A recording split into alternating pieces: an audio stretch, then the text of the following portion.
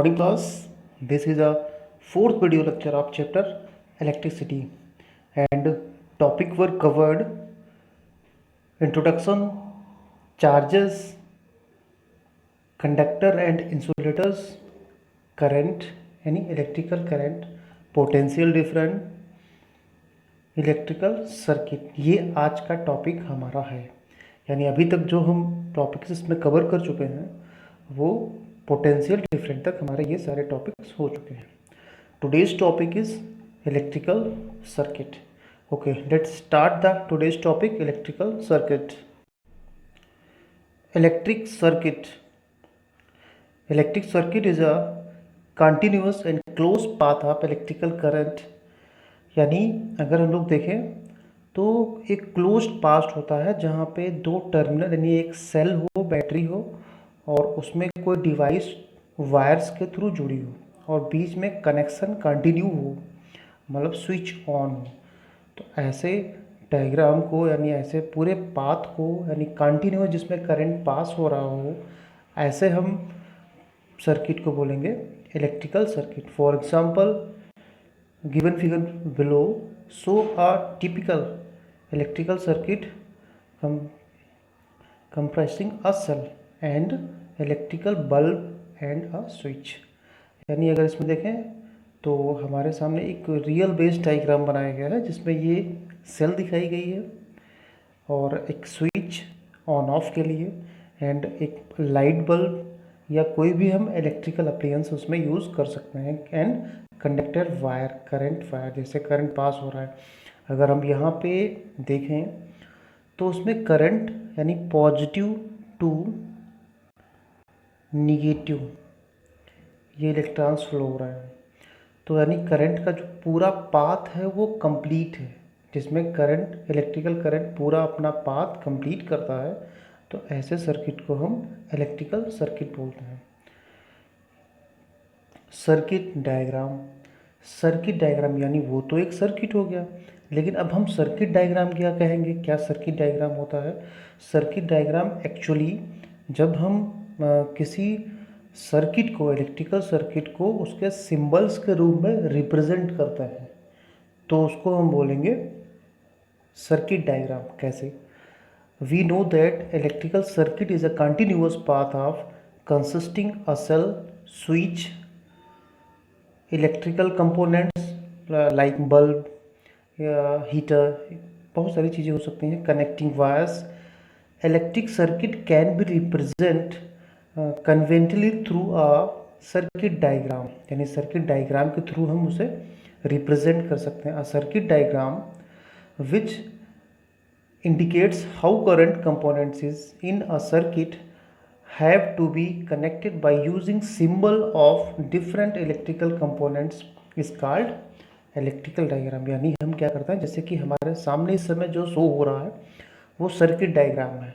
अब हम अगर फिजिक्स में हमें बार बार तो सर्किट डायग्राम बनाने पड़ेंगे, अगर उसकी जगह पे हम यहाँ पे जैसे रियल का डायग्राम, बैटरी बनाते हैं, स्विच बनाते हैं, तो वो हमारे लिए कन्वीनियंट नहीं रहता है। उसके लिए हम लोग क्या करते हैं, कुछ सिंबल्स डिसाइड कर लेते हैं जो हम बार बार उसको बनाते हैं।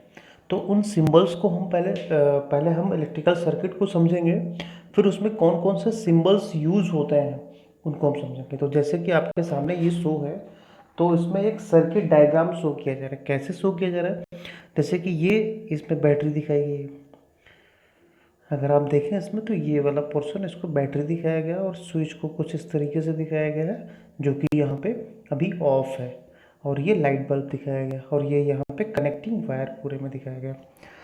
तो अगर हम ये एक सर्किट डायग्राम हो गया। अगर हम इलेक्ट्रिकल सर्किट को देखते हैं तो इसमें बैटरी या सेल जो है कुछ इस तरीके से दिखाई गई है, बल्ब इसमें रियल दिखाया गया है, वायर को इस तरीके से दिखाया गया है, स्विच को इस तरीके से दिखाया गया है, ये स्विच, वायर। बट अगर हम इसको डायग्राम में देखते हैं तो सर्किट डायग्राम में उसकी जगह पे सिर्फ सिंबल यूज़ किए जाते हैं। यानी इलेक्ट्रिकल सर्किट में हम सिंबल्स का यूज़ करें तो वो हमारा सर्किट डायग्राम हो जाएगा। ओके, जैसे कि हमारे सामने शो हो रहा है। अब सिंबल्स कौन कौन से यूज़ होते हैं इसमें इलेक्ट्रिकल में, तो हम आपको वो सिंबल्स एक बार बता देते हैं। हाँ, उससे पहले हम आपके सामने डिस्कस करना चाहेंगे, जो सर्किट होता है इलेक्ट्रिकल सर्किट वो टू टाइप से होता है। एक होता है क्लोज सर्किट, एक होता है ओपन सर्किट। क्लोज सर्किट में क्या होता है कि वो करंट कंटिन्यू फ्लो हो रहा है। क्लोज मतलब जो यहाँ पे शो किया गया है ये क्लोज है, जहाँ पे स्विच होता है जिसको की बोलते हैं वो क्लोज होनी चाहिए, यानी करंट कंटिन्यू फ्लो हो रहा है, उसे बोलेंगे क्लोज सर्किट। सेकंड देखिए यहाँ पे ओपन है, तो ये ओपन है तो इसको बोलेंगे ओपन सर्किट। ओके, तो सर्किट हमारे दो दो टाइप के होता है, circuit diagram, close circuit and open circuit. Next कुछ सिंबल्स हैं हम आपको बता देते हैं। Okay, symbols of some commonly used components in circuit, यानी सर्किट डायग्राम में जो हम सिंबल्स यूज करेंगे वो आपके सामने दिए हुए हैं। जैसे कि फर्स्ट सिंबल हमारा दिया हुआ है,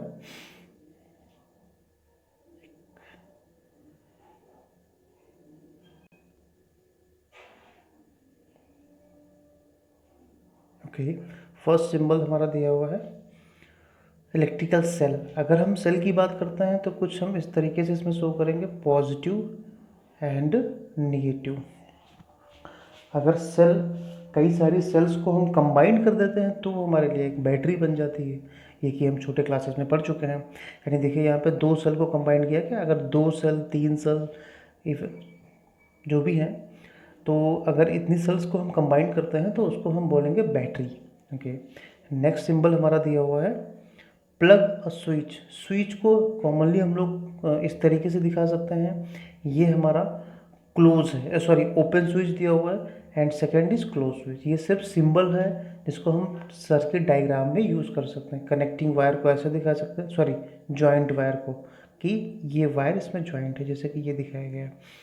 नेक्स्ट लिखा हुआ है वायर क्रॉसिंग विदाउट जॉइंट, यानी जॉइंट नहीं है, उसके ऊपर से निकल के गया, इसमें कनेक्शन कहीं नहीं है लेकिन उसको ऊपर क्रॉस करके ऊपर से जा रहा है। नेक्स्ट बल्ब का सिंबल दिखाया गया है। बल्ब के सिंबल में हम इस तरीके से बना सकते हैं कॉमनली, एंड सेकेंड नॉर्मली ऐसे बना सकते हैं।